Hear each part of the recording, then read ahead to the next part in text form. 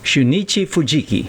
Ito po yung pangalan ng isang Hapon na nagsalita sa United Nations Human Rights Council debate at nagpahayag ng kanyang opinion ukol sa pagkaka-aresto at pagkakadetine ni President Digong sa ICC. Ito po muli si Attorney Mike Operario. Pag-usapan po natin yan. Noong mga huling araw, napakinggan po natin sa social media, mostly sa social media because this was never carried by the major networks or major newspapers. Ang pagsasalita ni Shunichi Fujiki na isang Japanese national, isa po siyang Hapon na nagsasalita, nire-representa ang kanyang organisasyon sa United Nations Human Rights Council. At dito pinahayag niya ang kanyang opinion ukol sa posibilidad ng human rights violation insofar as the arrest and detention of Rodrigo Duterte is concerned. Ang maganda pong pagmasdan po dito ay yung kanya pong sinasabi ay isang bagay na matagal na rin pong alam ng marami. Alam nating mga Pilipino na nakakaunawa na at hindi bulag ang ating isipan sa mga pang-aabusong ginawa sa pagkakaaresto ni President Digong. Na ito ay illegal at hindi ito sang-ayon sa Rome Statute or sa umiiral nating batas. Siya mismo ay pumapayag din na sa ating opinion na dapat ay dinala muna sa lokal na husgado si Rodrigo Duterte bago na implementa ang sinasabing warrant of arrest from the ICC.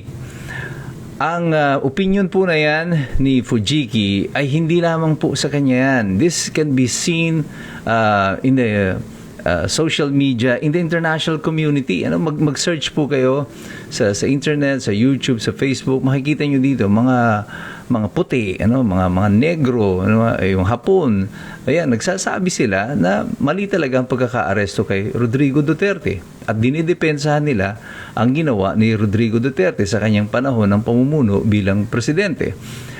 Idol ng marami si Rodrigo Duterte. Gustong-gusto ng mga Hapon, rockstar ang status ni President Digong sa Japan because of his style of leadership na napatino niya ang Pilipinas. Even in the United States, in Europe, Southeast Asia, rockstar ang image ng ating presidente. Nire-respeto siya ng buong mundo because of the things that he has done. And even him standing up against the United States na hindi nagagawa ng ilang mga presidente. Siya lamang po yata yung presidente ng Pilipinas na talagang matapang na nagpahayag ng kanyang opinion kahit na ito ay taliwas sa sinasabi ng Estados Unidos. Ang respeto na ito at pagmamahal ng mga tao kay Rodrigo Duterte, hindi lamang po ng kapwa niya Pilipino, kundi pati ng mga banyaga, ay makikita nyo doon mismo sa Hague.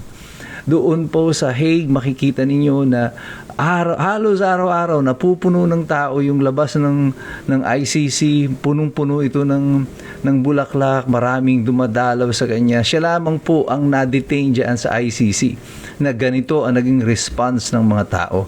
Pati ng mga hindi lang ng mga Pilipino, kundi pati ng mga banyaga na sa pananaw nila talagang mali ang pagkakaaresto na ito kay Rodrigo Duterte. Siya lang ang kinulong sa ICC na may nagrarally para siya ay palabasin. At itong bagay na ito ay malinaw sa buong mundo na ang sistema ng pagkakaaresto kay President Digong ay maling-mali sa aspeto kahit na ng Rome Statute o sa umiiral na lokal na batas at sa mga basic na prinsipyo ng karapatang pantao na itinatagda at sinusuportahan ng United Nations mismo. Now, ang sinasalarawan nito para sa marami, lalo na sa mga pink at saka sa mga dilaw at yung mga kaalyado ni President Marcos ay hindi bulag ang buong mundo. Hindi lahat ng tao ay mauuto ninyo. Kahit na nga dito sa Pilipinas may nauuto pa kayo.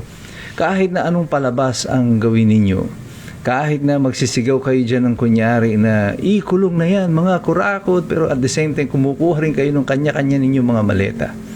Pwede nyong itago yan for a while, or pwede nyong itago yan sa mga Pilipino, may mga mauuto pa kayo, but the rest of the world, you cannot do that. Alam na alam ng lahat kung ano ang nangyayari. At ang tinig na ito na ni Mr. Fujiki, ni Shunichi Fujiki, ay boses ng hindi lang iisa. Ito na rin ang boses ng nakararami. At maganda nga lang at naipahayag niya yung kanyang opinion nito before sa floor of the United Nations, because ang mga Philippine officials in the United Nations hindi magsasalita tungkol dito. Pagtatakpan nila ito, they will sweep this under the rug kasi maapektuhan ito ang estado ng kasalukuyang administrasyon.